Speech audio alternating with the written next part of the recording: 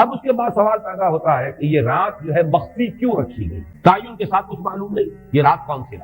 سی رات ہے، اس کا جواب تو میں بعد میں دوں گا کہ اس میں جو آراء ہیں مختلف، لیکن یہ کہ اس کو کیوں مخفی رکھا گیا اس پر کچھ پیاری باتیں ہیں جو مفسرین نے کہی ہیں۔ پہلی بات تو یہ کہ جتنی عظیم چیزیں ہیں ان سب کو مخفی رکھا گیا۔ قیامت کب آئے گی؟ مخفی آئے گی، یہ یقینی ہے۔ کب آئے گی؟ یہ تو ان امور میں سے ہے کہ جس کا علم نبی اکرم صلی اللہ علیہ وسلم کو بھی نہیں دیا گیا، جبرائیل کو بھی نہیں۔ چنانچہ حدیث جبرائیل میں واضح طور پر الفاظ موجود ہیں وَمَا الْمَسْئُولُ عَنْهَا بِأَعْلَمَ مِنَ السَّائِلِ، کچھ معلوم نہیں، نہ سائل کو معلوم نہ مسئول کو معلوم قیامت کب آئے۔ اب یہ عظیم حقیقت سے مخفی رکھا گیا اور اس کا خاص طور پر ذکر کیا گیا سورہ طٰہٰ میں، اکاد اخفیھا لتجزیٰ کل نفس بما تسعیٰ، اس کو رکھا گیا ہے، تلوار لٹکی ہوئی ہے، کسی بھی وقت گر سکتی ہے۔ یہ جیسے گلوٹین کبھی اگر آپ نے دیکھا ہو جس طریقے سے کہ اس کا چھرا گرتا ہے، کسی بھی وقت گر سکتی ہے، لہذا ہر وقت چوکس رہو، چوکس رہو۔ جیسے کہ صحابہ کرام کی شان معلوم ہوتی ہے بعض روایات سے کہ ذرا تیز ہوا چلتی تھی تو وہ سمجھتے تھے قیامت آ گئی۔ اس درجے استحضار تھا اعصاب کے اوپر، اس کا اتنا اثر تھا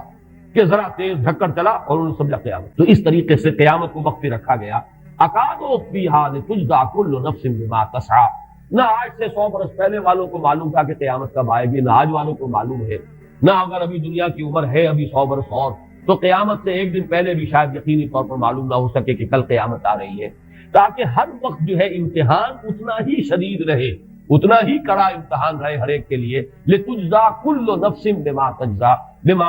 تسعیٰ، تاکہ ہر بھی نفس کو بدلہ ملے اس کی سعی کے مطابق۔ وما تدری نفس بأی ارض تموت، کہاں موت آئے گی، کب موت آئے گی کچھ معلوم۔ اسی طرح نوٹ کیجئے صلاۃ وسطیٰ، حافظوا علی الصلوات والصلاۃ الوسطیٰ، معین نہیں، اس کے لیے آراء اگرچہ ہے، اکثر آراء جمع ہو گئی ہے صلاۃ العصر کے بارے میں، لیکن تعین سے حتمی طور پر نہیں کہہ سکتے۔ یہ رائے بھی ہے کہ کوئی بھی معین نہیں، تمام نمازیں جو ہیں وہ صلاۃ وسطیٰ کے حکم میں۔ بہترین نماز، کوشش کرو کہ پوری محافظت کرو، صرف نماز کی نہیں، بہترین نماز، ہر نماز تمہاری بہترین نماز ہوگی، ہر روز روز عید ہو، ہر شب شب برات۔ اگر اللہ تعالیٰ کے ساتھ کوئی قلبی ربط ہے تو ہر دن جو گزر رہا ہے وہ روز عید ہے، اور ہر شب جو گزر رہی ہے وہ شب برات ہے۔ لیکن اگر وہ کہ انسان کو غفلت ان کے قلب پر طاری ہے تو وہ عید کا دن بھی اس کے لیے ایک عام دن ہے، اور شب برات بھی اس کے لیے ویسی ہی ایک رات ہے جیسی کہ ہر روز آتی ہے اور چلی جاتی ہے۔ اللہ کا ایک نام ایسا ہے کہ اس کے واسطے سے اللہ سے جو بات مانگی جائے وہ رد نہیں ہے، لیکن وہ کون سا نہیں بتایا گیا۔ اقوال ہیں، اندازے ہیں،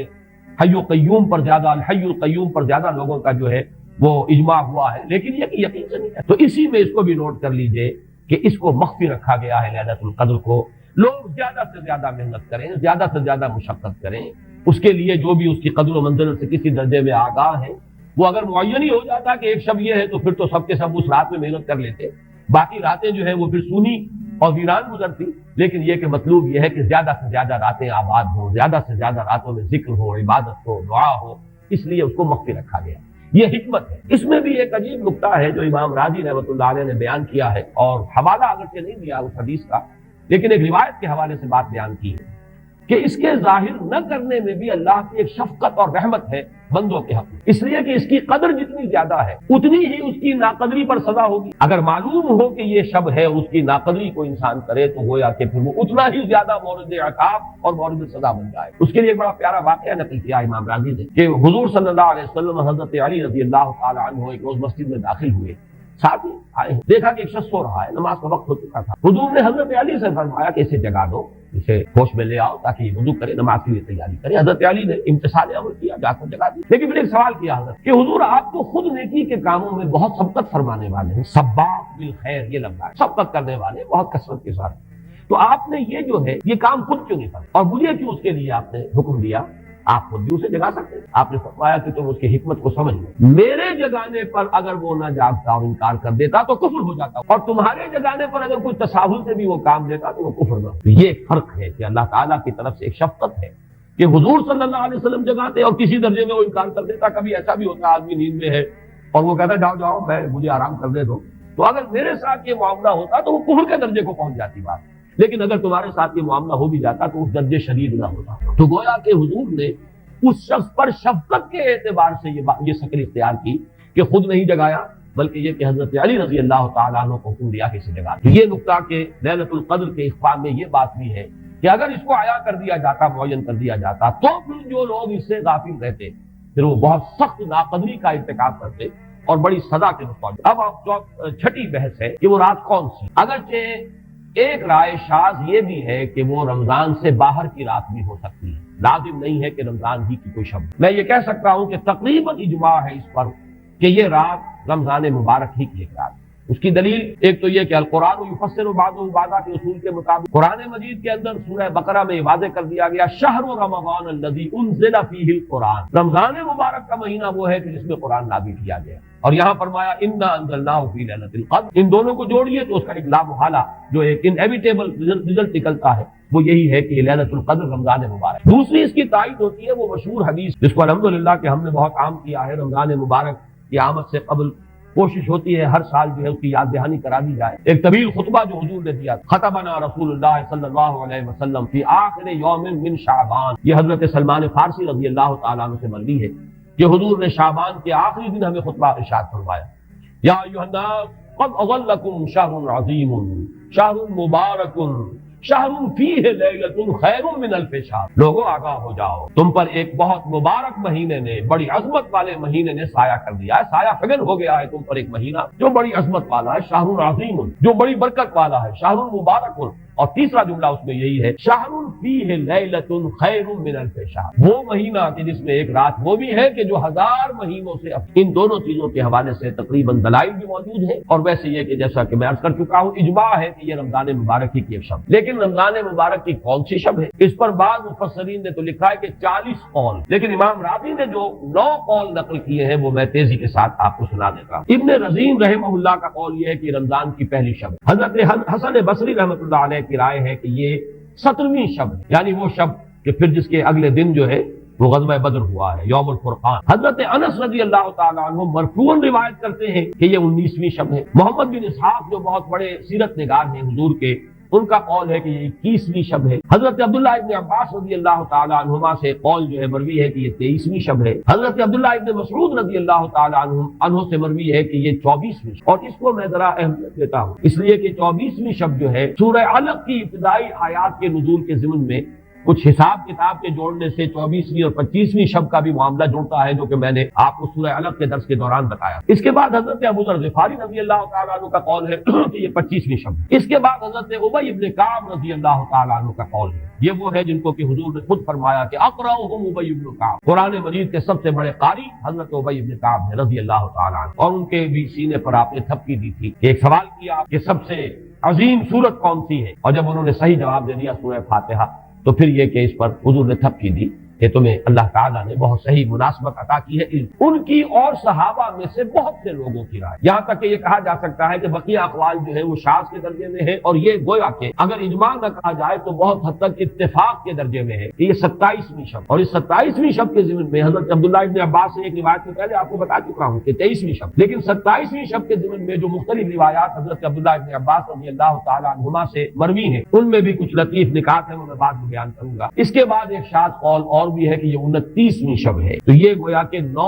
ہے اقوال، ان میں سے بعض جلیل القدر صحابہ کے ہیں، عبداللہ ابن مسعود، ابو ذر غفاری، ابن عباس، ابی ابن کعب، لیکن یہ ہے کہ سب سے زیادہ جو اتفاق اگر اجماع نہ کہا جائے تو 27ویں شب۔ اس 27ویں شب کے بارے میں حضرت عبداللہ ابن عباس 3 نقطے بیان کیے۔ ایک نقطہ تو یہ ہے کہ یہ پوری سورہ مبارکہ جو ہے سورۃ القدر، اس میں 30 الفاظ ہیں، اور ان 30 الفاظ میں سے 27واں لفظ ہے ہی حتی مطلع الفجر، یہ 27واں ہے۔ اس کے اعتبار سے گویا کہ انہوں نے ایک ربط قائم کیا ہے کہ یہ 27ویں شب۔ ایک بات انہوں نے یہ کہی ہے کہ اللہ تعالیٰ کو وتر محبوب ہے، اللہ وتر ویحب الوتر، اللہ خود بھی اکیلا ہے اور وتر کو پسند کرتا ہے۔ پھر یہ کہ وتر جو ہے اب رمضان مبارک کے اندر اگر وہ وتر شمار کیے جائیں گے تو 14-15 وتر بن جائیں گے، لیکن اس میں چونکہ آخری عشرے کے بارے میں بہت سی روایات جو ہے ان کا تقریباً اجماع ہو جاتا ہے کہ آخری عشرے میں، تو آخری عشرے میں بھی 5 وتر آئیں گے، 21ویں، 23ویں، 25ویں، 27ویں، 29ویں، لیکن حضرت عبداللہ ابن عباس کہتے ہیں کہ 7 کا حصہ اللہ تعالیٰ کو بہت پسند ہے، اور بہت سی چیزیں جو ہیں عالم تکوینی میں بھی اور عالم تشریعی میں بھی بہت سی چیزیں وہ ہیں کہ جو 7 کے حصے کے ساتھ وابستہ ہیں۔ 7 آسمان ہیں، 7 زمینیں ہیں، ہفتے کے 7 دن ہیں، طواف کے 7 شوط ہیں، سعی بین صفا والمروہ وہ بھی 7 مرتبہ ہے، ادھر سے ادھر، ادھر سے ادھر 7، اسی طریقے سے سجدے کے اعضاء بھی 7 ہیں۔ تو اس سے انہوں نے پہلے وتر اور وتر کے بعد 7 کا حصہ رمضان کے آخری عشرے کی وتر راتیں اور ان میں 7ویں رات یعنی 27ویں شب وہ اپنے اس حساب کتاب سے بھی، اور جب انہوں نے یہ بات بیان کی تو حضرت عمر رضی اللہ تعالی عنہ نے ان کی تحسین کی۔ آخری بات اور بھی کہی گئی ہے کہ لیلۃ القدر جو ہے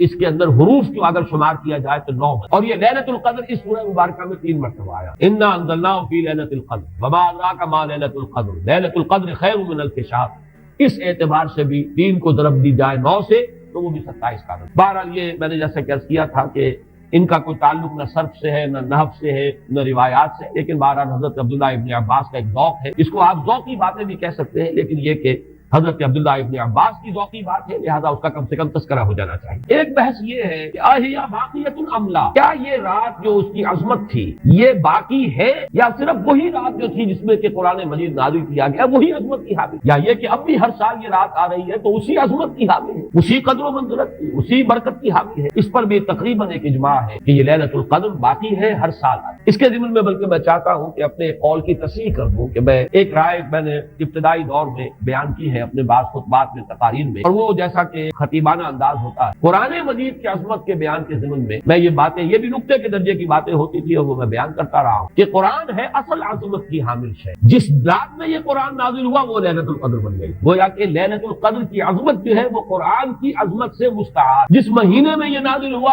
وہ مذہب جو ہے وہ مہینہ جو ہے مبارک ہو گیا، شہر المبارک، اور وہ مہینہ جو ہے وہ روزے کی عظیم عبادت کے لیے مختص ہے۔ اسی طریقے سے جو دن اس کی تعلیم کے لیے خاص کیا گیا، جو جمعے کا دن جو ہے وہ در حقیقت تعلیم قرآن کے لیے، یتلو علیہم آیاتہ ویزکیہم ویعلمہم الکتاب والحکمہ، جو حضور کا عمل تھا اسی کو دوام عطا کیا گیا ہے خطبہ جمعہ کی صورت۔ وہ دن جو ہے وہ سید الایام بن گیا کہ ہفتے کے دنوں میں وہ سردار دن ہے، جمعے کا دن جو ہے وہ سردار ہے تمام دن۔ یہ بات اپنی جگہ پر صحیح ہے جہاں تک اصولی اعتبار سے، لیکن میں اس میں جو تصحیح کر رہا ہوں جزوی طور سے وہ یہ ہے کہ لیلۃ القدر کی عظمت جو ہے وہ خود اپنی جگہ پر ہے، فی نفسہا، اپنے ہی مقام پر ہے، اپنی جگہ ہے، بجائے خود، جسے کہتے ہیں فارسی میں بجائے خود عظمت کی حامل۔ اور اس کی عظمت کا مقام یہ بھی ہے کہ اس میں فیہا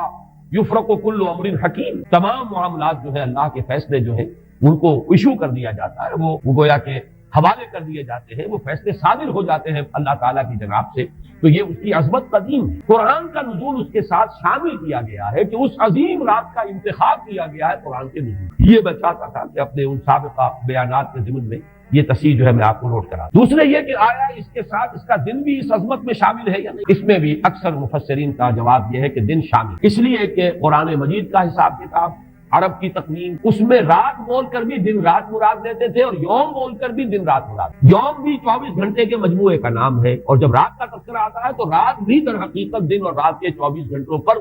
اس کا جو ہے اطلاق کیا جائے۔ جو دن آتا ہے رات کے بعد وہ اس رات کے تابع ہے۔ اس اعتبار سے یہ عظمت جو ہے صرف شب کے ساتھ نہیں ہے، بلکہ یہ کہ اس کے بعد آنے والا دن جو ہے وہ بھی اسی عظمت کا